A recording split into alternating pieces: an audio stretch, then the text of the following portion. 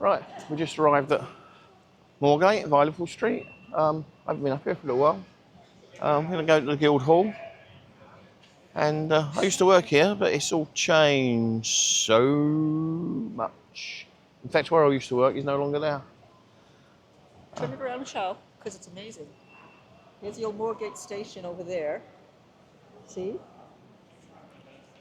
And the new Moorgate to our left, but my God, it's enough now. Used to be about Dixon's here, I think. I used to go to a pub around there called the Penny Black. I think the pub might still be there, but it's not called the Penny Black anymore.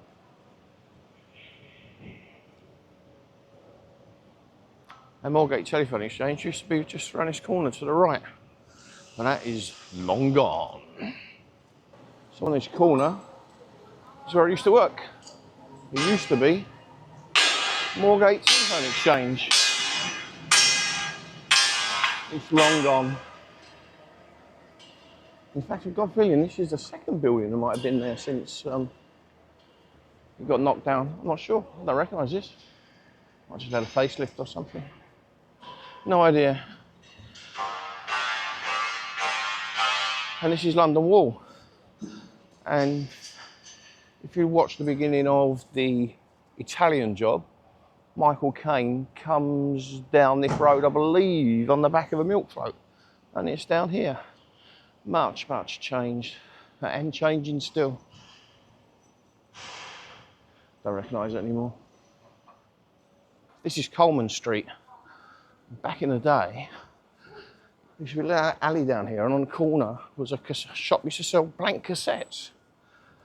It's probably around here, Mason's Avenue. Seems to ring the doorbell. Doorbell. Bet this was here. I bet it was here, right here. Long time since I've been down here.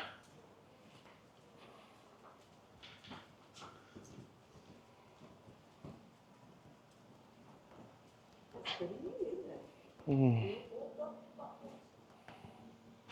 lot of the pubs, etc., like this one, probably shut on Saturdays, weekends, because it's very much a weekday place to see. So here we are at the Guildhall.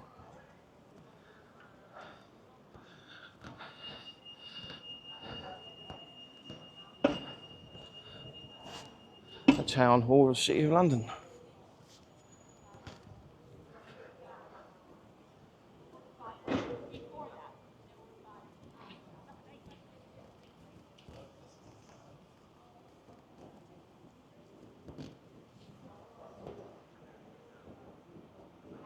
This is the site of also the site of a Roman amphitheatre, and I don't know if it shows up in here.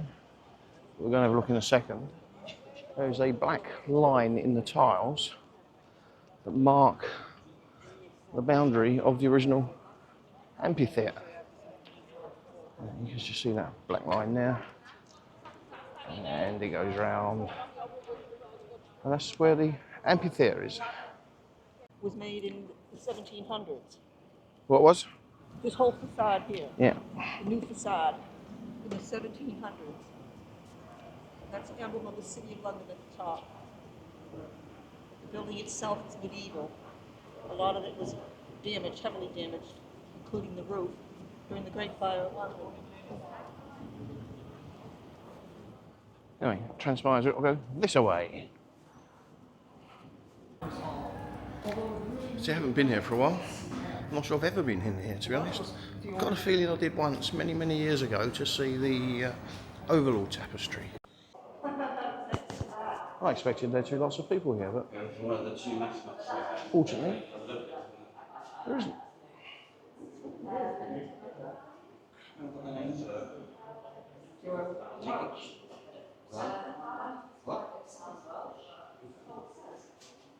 Right, we're now just about to go to the Great Hall.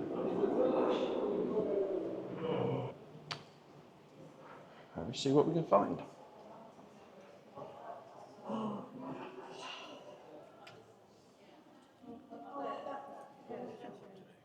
It is. You might have to have a tour.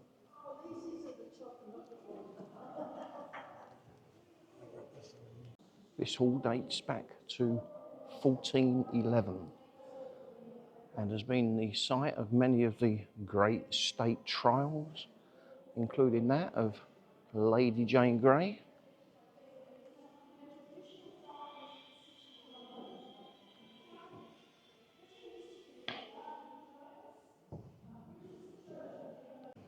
And here's the official measurements of standards of length: 1 foot, 2 feet, and 1 imperial yard.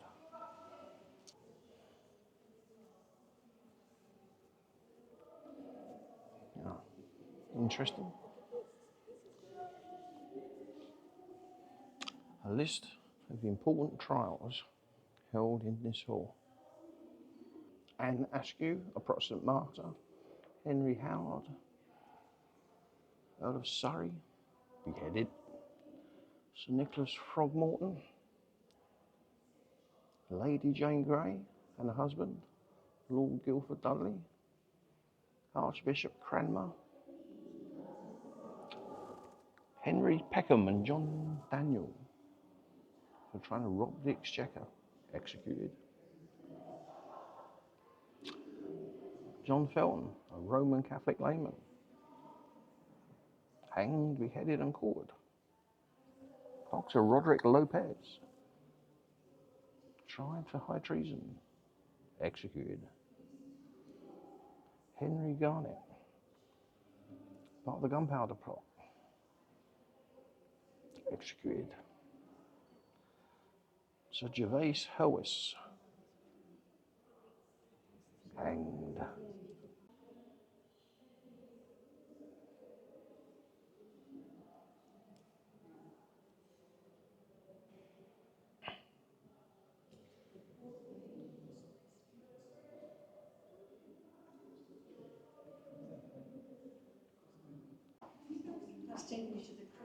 Right, we're going down to the crypt.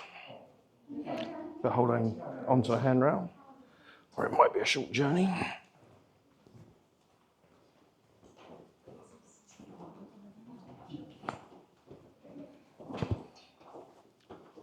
Definitely never been down here before.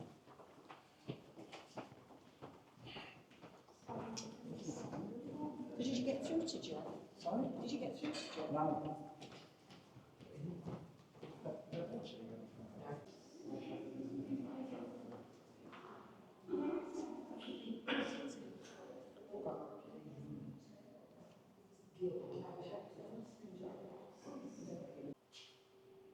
There are 2 crypts here, dating back to, well, this one, as I said, was newer, 13th century, although it was extensively renovated in the 1970s. The next crypt, I believe, dates back to 1042. So now we're going to another part of the crypt. This dates to 1042, which is pre-Norman conquest. I don't know how much of it is original, dating back to then, but nevertheless.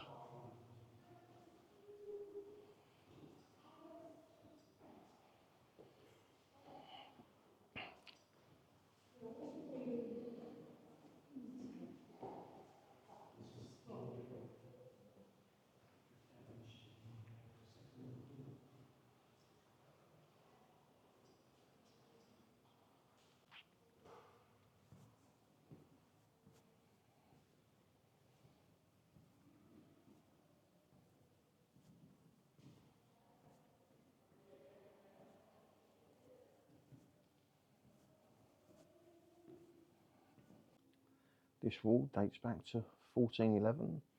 It's part of the original foundations of the building. It exists above, although the tower for which they're supporting may have gone. This is the livery hall of the Guildhall. I don't know anything about it, when it dates from or anything. If I find out, I should put it below.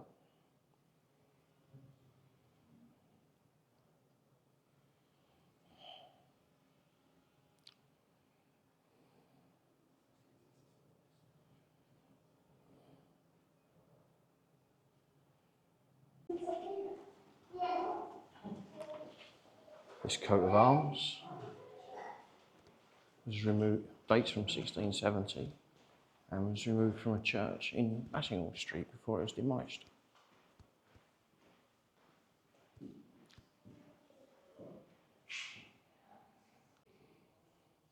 This is the old library of the Guildhall. It's relatively modern, dates back to 1872.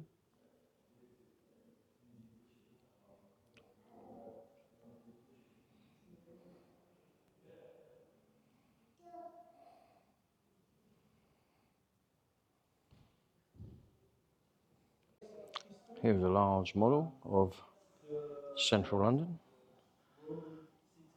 and we start in the east. It's Victoria Dock and City Airport. Chris went to university, just the other side of the water there. That's I can't remember what it's called now. University of East London. You come here. You've got the Greenwich Peninsula with the dome at the top. Lots and lots and lots and lots and lots and lots and lots of new build going on there. When Melody was here, we went across on the cable car. She goes across here. And we move on to called Docklands, Canary Wharf. And up in the distance you can see Stratford and the Olympic Stadium. Then we're further west. We come to Chris. We come to the City of London.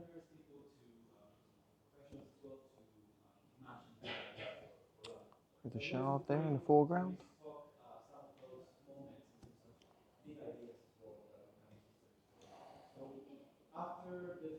And we go further west.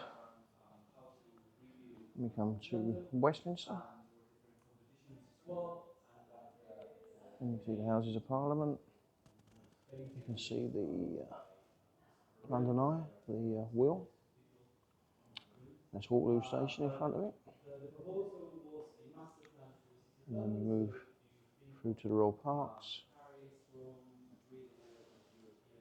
going further west. Here's a model of the Royal Docks. The water in these few docks here cover more of an entire area of Venice. Again, where Crystal went to university, University of East London. You go east.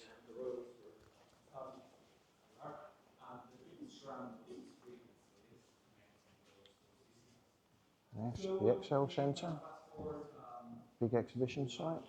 We've been to a few there.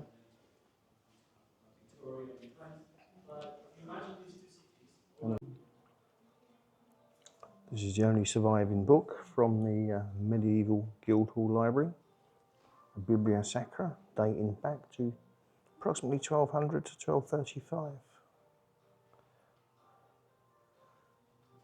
This is the cover in which it was covered when it was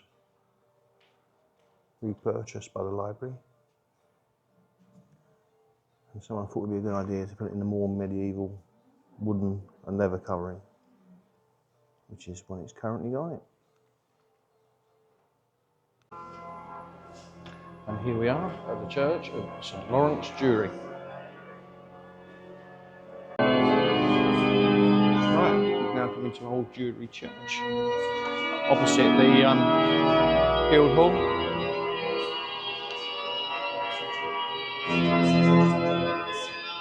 Someone's giving the organ some welly.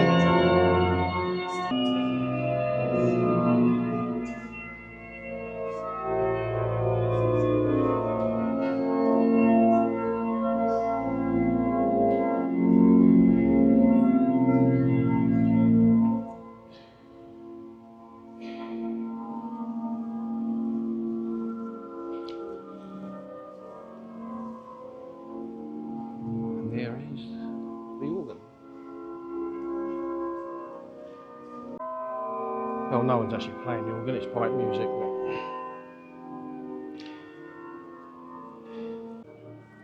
But the church is a Christopher Wren church, built in 1670, but it was very comprehensively damaged during the Second World War and has been restored since. So back in the 1980s, they did some building work here. Whilst they was doing the building work, they discovered the remains of a Roman amphitheatre. And earlier I showed the outline outside the Guildhall. In here is some of the original, or what's left of a few bits of the walls. I think it's one of the entrances. Anyway, let's have a look. So the amphitheatre was built in the 1st century of wood, and in the 2nd century they got an upgrade and rebuilt it in stone. And here we see some of the remains. So still some of the walls in situ.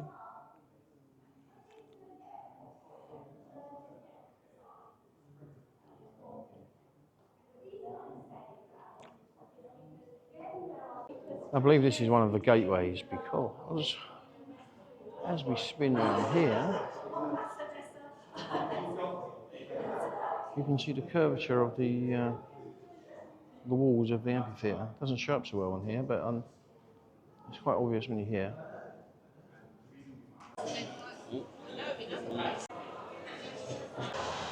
So a quick detour into Leadenhall Market.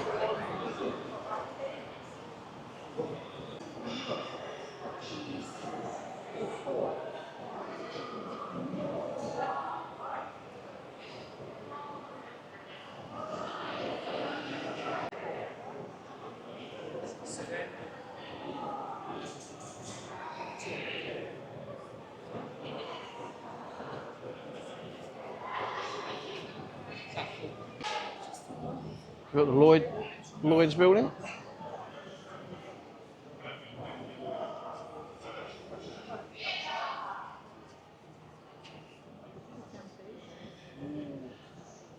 This is just extraordinary. I mean, you just have to love London.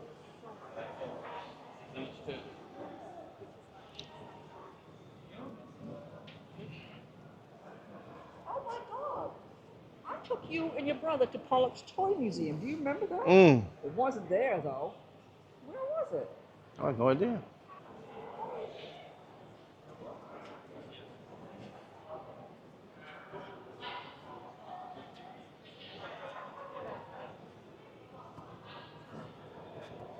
Look, Chris.